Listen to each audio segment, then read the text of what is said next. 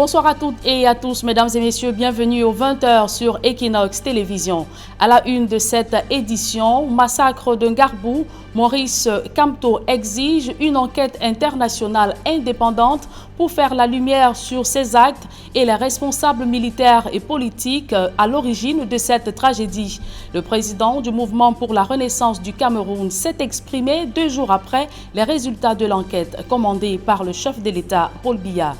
Et une opération de désinfection de la prison centrale de Yaoundé-Kondengui tourne en un mouvement de protestation.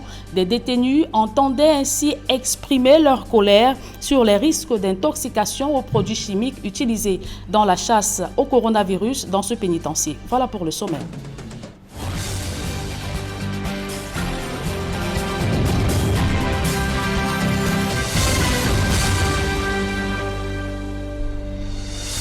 Une fois de plus, bonsoir à toutes et à tous, mesdames et messieurs. Bienvenue aux 20h sur Equinox Télévision. Encore du grabuge à la prison centrale de Yaoundé-Kondengui. Des détenus protestent contre une opération de désinfection susceptible, selon eux, de produire plutôt à une contamination ou une intoxication. Ce mouvement de protestation survient au moment où un détenu a saisi le président de la République.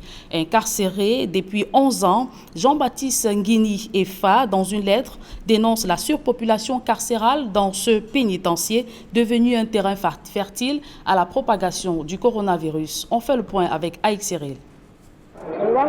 Du grabuge au sein de la prison centrale de Yaoundé-Kondengui. Des détenus sortis en masse dans la grande cour protestent contre une opération de désinfection menée par les autorités sanitaires et pénitentiaires dans le cadre de la riposte contre la propagation du coronavirus au sein de ce pénitencier. Les détenus disent redouter les effets secondaires des produits utilisés qui pourraient plutôt conduire à une intoxication.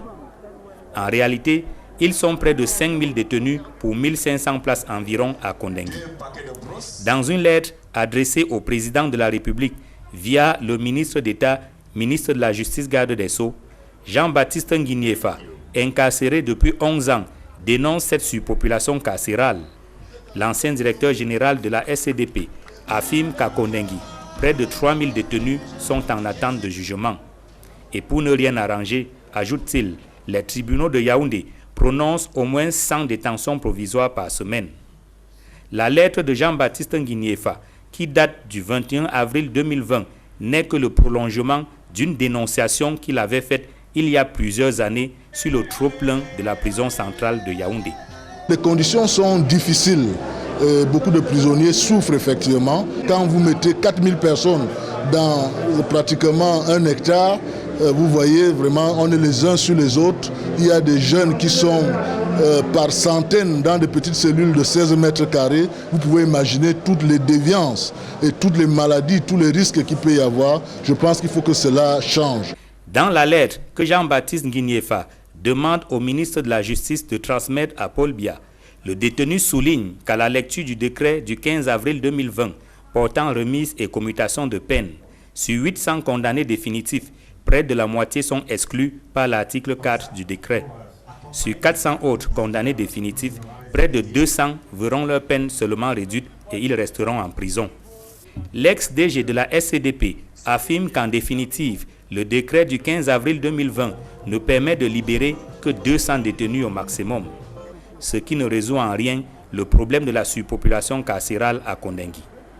Du fait de cette promiscuité qui rend impossible le respect des règles de distanciation sociale, la prison de Kondengui devient un terrain fertile pour la propagation du coronavirus. Dans sa lettre, Jean-Baptiste Nguini Efa propose pas moins de 6 mesures à prendre de manière urgente pour y remédier. Il cite notamment la libération provisoire ou définitive de tous les détenus âgés d'au moins 60 ans, la libération de tous les malades présentant des pathologies à risque, de tous les handicapés physiques et mentaux ainsi que de tous les mineurs, la libération de tous les délinquants condamnés à 2 ans de prison maximum ou à qui il reste moins de 2 ans à purger, la libération de tous les détenus ayant totalisé 10 ans de détention pour les crimes économiques et 15 ans pour les crimes de sang. Jean-Baptiste Nguini Efa termine sa correspondance en précisant que l'État a les moyens de s'assurer de la surveillance judiciaire de tous ceux qui présentent des domiciles connus ou des garanties et qui pourraient être mis en liberté provisoire si leur libération définitive n'est pas encore envisageable. Avec une dizaine de cas de Covid-19 enregistrés, la région du Sud-Ouest fait partie des 9 affectés par cette pandémie. Dans le département du Coupé-Mandingouba, les autorités locales passent à la phase répressive au regard de l'incivisme des populations. On voit tout cela dans ce reportage de Jacquino Moulon et Gladys Sidier. Comment porter un masque de protection? C'est décidément une équation difficile à résoudre. Malgré les multiples sensibilisations sur le terrain, les populations ont du mal à intégrer le fait que le masque doit couvrir le nez et la bouche. Le constat a été fait dans le département du Coupé-Mandingouba, dans la région du Sud-Ouest. C'est pas tout le monde qui a besoin de moyens pour acheter les masques. Oui. Non, on le porte, de temps en temps on enlève, de temps en temps on porte parce que tout fait un peu là. Oui, je suis consciente. Bon, c'est que quand je suis avec les gens un peu proches là, je fais l'effort de mettre, même s'il fait chaud. Les autorités accentuent la sensibilisation sur le terrain et procèdent même à la distribution gratuite des masques et autres gels désinfectants. Ce n'est pas un effet de mode. Parce que je vois certaines personnes porter le masque, mais le baisser sous leur menton et exposant ainsi leur bouche et leurs narines. L'objectif justement est de protéger la bouche et les narines.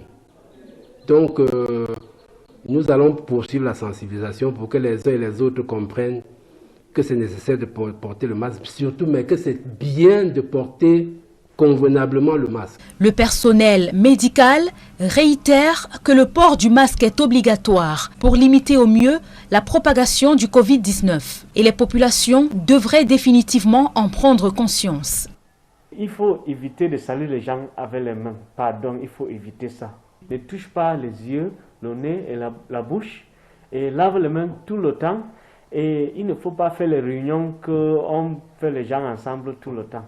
Comme ça, on va éviter le virus corona. Aussi respecter les distances que le gouvernement a précisé, 1 mètre tout le temps avec les gens. Le Sud-Ouest fait partie des 9 régions affectées par le coronavirus au Cameroun en ce moment. La région du Sud-Ouest enregistre plus de 10 cas positifs de Covid-19. Coronavirus, les marchés de la ville de Douala constituent des fortes zones à haut risque. Sans moyens adéquats, les commerçants sont fortement exposés. Alors que la ville est touchée par cette pandémie, le maire tente un sauvetage avec l'introduction des dispositifs de prévention. Robert Mokobé et Donald Brice Kamgan. Ici au marché de Bonamoussadi, comme à double balle plus loin, les commerçants sont agglutinés. Le respect de la distanciation sociale est une gageure pour ces vendeurs. C'est un défi titanesque pour le gouvernement et la mairie de ville plus spécifiquement.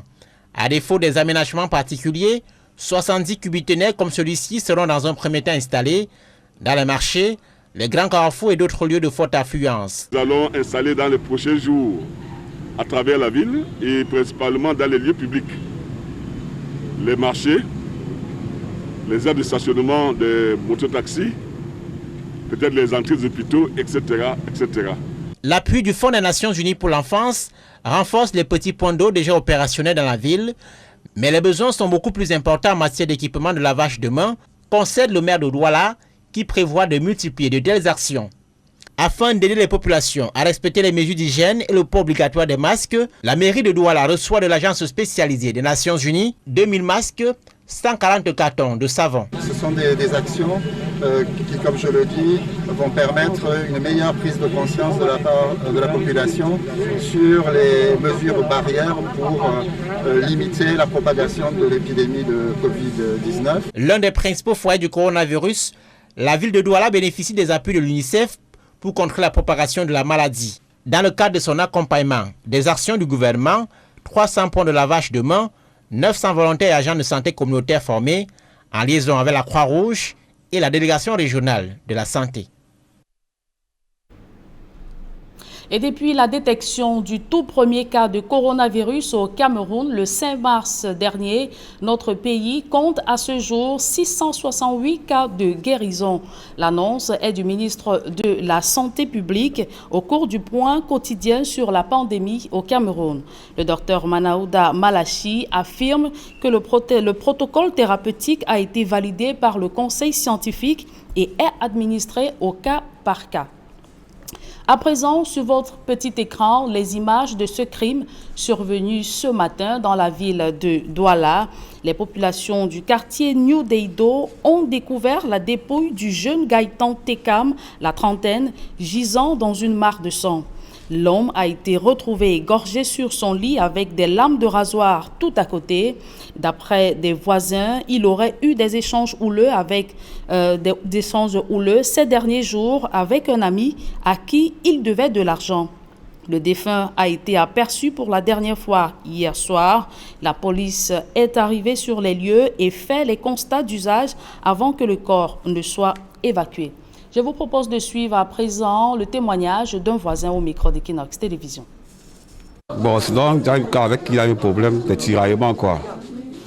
Ils ont eu à discuter jusqu'à les gars qui sont chassés, qu'il a allé chercher le retour par rapport à ce problème. On ne sait pas vraiment le fond du problème, le fondement du problème, mais tellement ils discutaient avec mes gars, c'est comme que non, quand il tend le doigt, c'est quoi, c'est pas, que non, c'est comment il faut partir, il va gérer, que non, il va venir avec le retour. Et comme s'il y a ton retour est petit, il faut que ton retour soit solide. Parce qu'ils vont nous trouver. Bon, depuis ce jour-là, on a perdu le gars de vie, on l'a plus vu. Bon, jusqu'aujourd'hui, maintenant qu'on apprend un peu les nouvelles, et qu'on parle qu'il a un ami qui l'attendait aussi hier, quoi. Quel est le bilan exact des personnes tuées et des maisons incendiées à Garbou? Toute la chaîne de responsabilité militaire et politique de ces exactions a-t-elle été établie et tous les responsables interpellés? Ce sont là quelques-unes des interrogations que pose le leader du mouvement pour la renaissance du Cameroun. Maurice Kamto exige une enquête internationale indépendante pour faire la lumière sur cette affaire. On fait le point avec Jean-Paul Chouniat. 2 jours après la publication des résultats de l'enquête présidentielle de Paul Biya sur les tueries et incendies des habitations en Garbou, le leader du mouvement pour la renaissance du Cameroun réitère sa demande du 26 février d'une enquête internationale indépendante pour faire toute la lumière sur les événements tragiques survenus dans la nuit du 13 au 14 février 2020 au village Garbou dans la région du Nord-Ouest. Selon le professeur Maurice Kamto, plusieurs zones d'ombre n'ont pas été élucidés dans l'enquête de Paul Biya, à savoir le nombre exact de personnes tuées et les maisons incendiées. Le deuxième à l'élection présidentielle d'octobre 2018 s'interroge sur ceux qui, dans l'armée, les hautes sphères de l'État, l'administration et la société civile, ont ordonné, supervisé, couvert et tenté de manipuler l'opinion nationale et internationale dans cette affaire.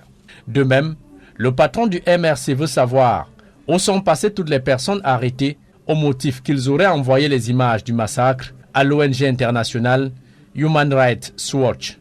D'autre part, Maurice Kamto veut en savoir plus sur l'origine des financements dédiés à l'entretien des civils qui avaient été associés aux commandos, auteurs des tueries et pillages de Garbou. Au-delà de ces questions, autour de la tragédie de Garbou, relève Maurice Kamto, l'enquête internationale suggérée s'étendra aussi aux autres tueries des civils dans les 2 régions anglophones en crise du Cameroun.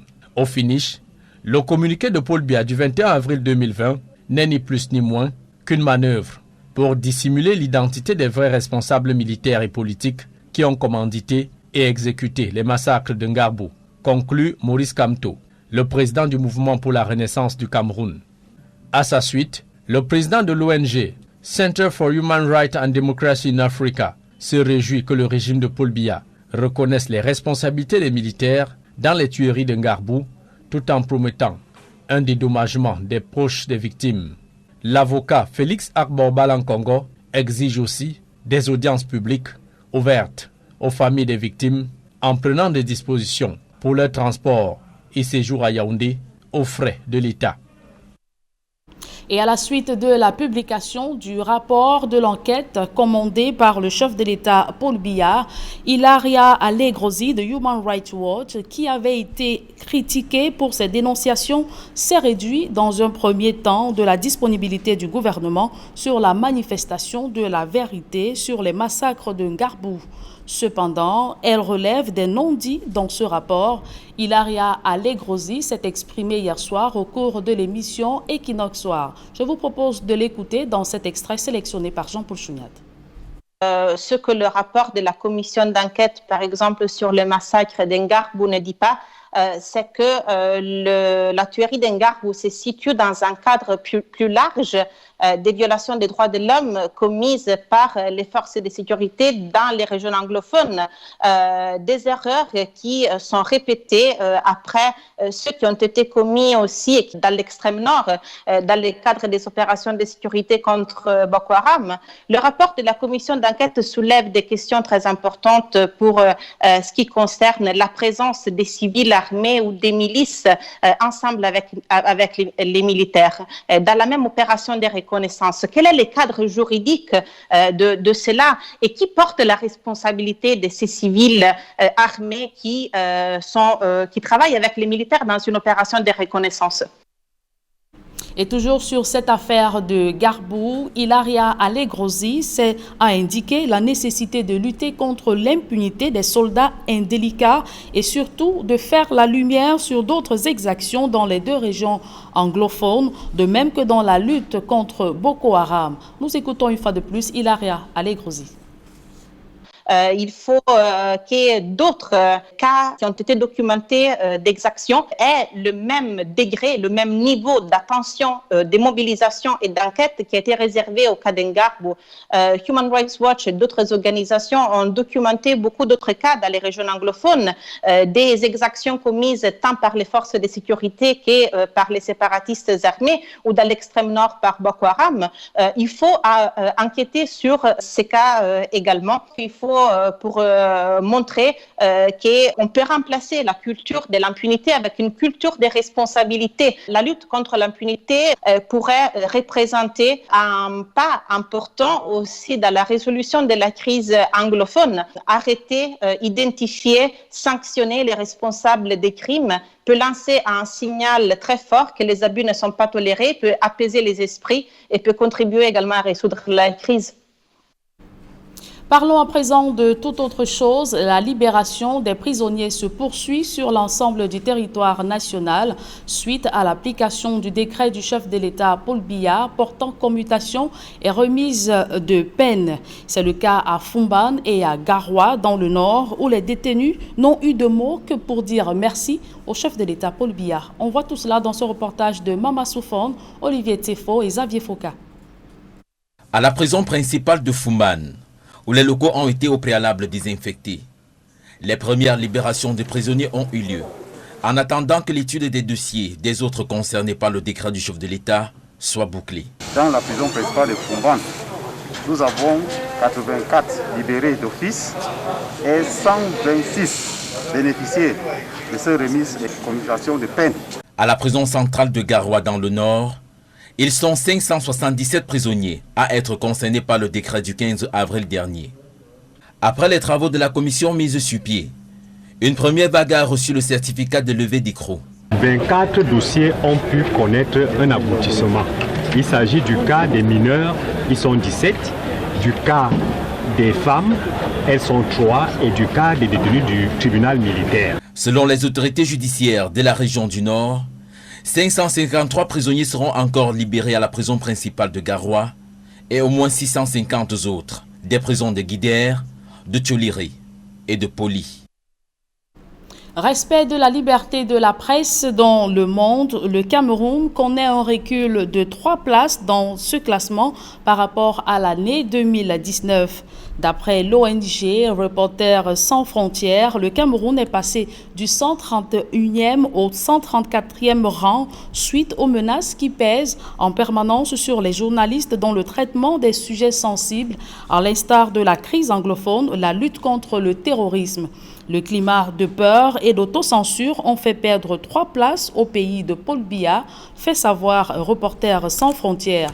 De même, rappelle RSF, 102 journalistes ont été tués en Afrique au cours des 10 dernières années, avec plus de la moitié en Somalie. En tête de ce classement des pays où la liberté de presse est mieux observée, figurent 2 pays scandinaves. En premier, la Norvège, suivi de la Finlande et le Danemark. À présent, ce public reportage avant de mettre un terme à cette édition du journal. Le groupe SABC en première ligne du combat face au Covid-19 au Cameroun. L'entreprise citoyenne a mené la phase 2 de son programme Élan de solidarité qui consiste à offrir du matériel et des denrées alimentaires aux couches vulnérables. Reportage. De son statut d'entreprise citoyenne, la société anonyme Les Brasseries du Cameroun se sent une fois encore interpellée en ces temps difficiles que traverse la nation camerounaise. Soucieux du bien-être des citoyens, elle s'engage aux côtés des soldats de la santé pour mener la croisade contre le coronavirus qui fait des ravages à travers le monde. Dans la région de l'ouest du Cameroun, des structures sanitaires notamment l'hôpital des districts de Tchon et celle de Banganté reçoivent des équipes de la SABC. D'importantes quantités de matériel constitué de thermoflages, des désinfectants, de l'eau minérale et boissons gazeuses afin de mieux se prémunir de la pandémie. On remercie les brasseries pour ces dons qui viennent à point nommé où toutes les structures sanitaires sont actuellement en train de lutter pour de recevoir les malades anxieux et même ceux qui sont suspects de Covid-19.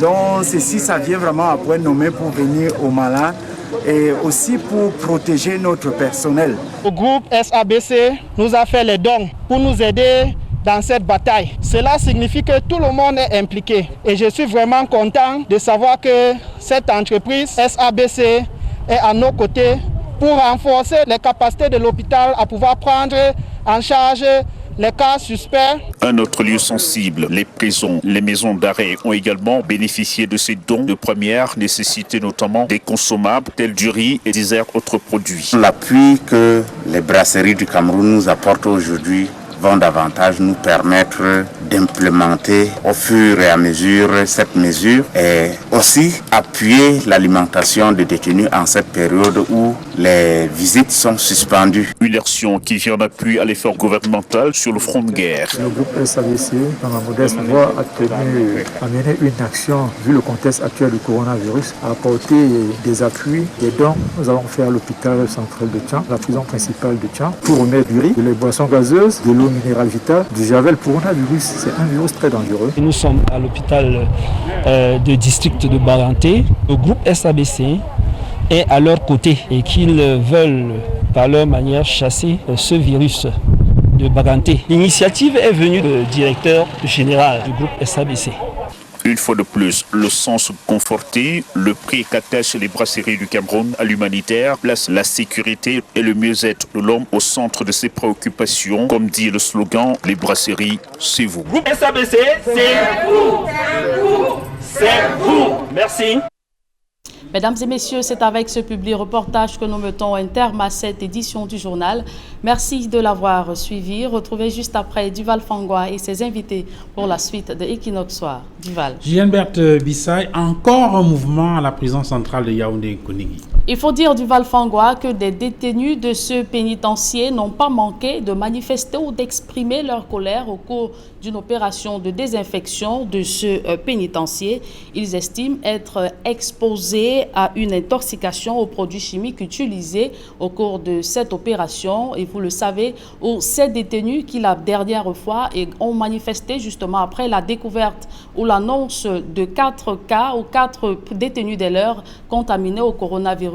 Pour eux, la prison centrale de Kondengui est devenue un terrain fertile au coronavirus. Duval Fangwa. Merci Julien Berthe Bissay. Bonne soirée, madame. Très bonne soirée à vous, Duval.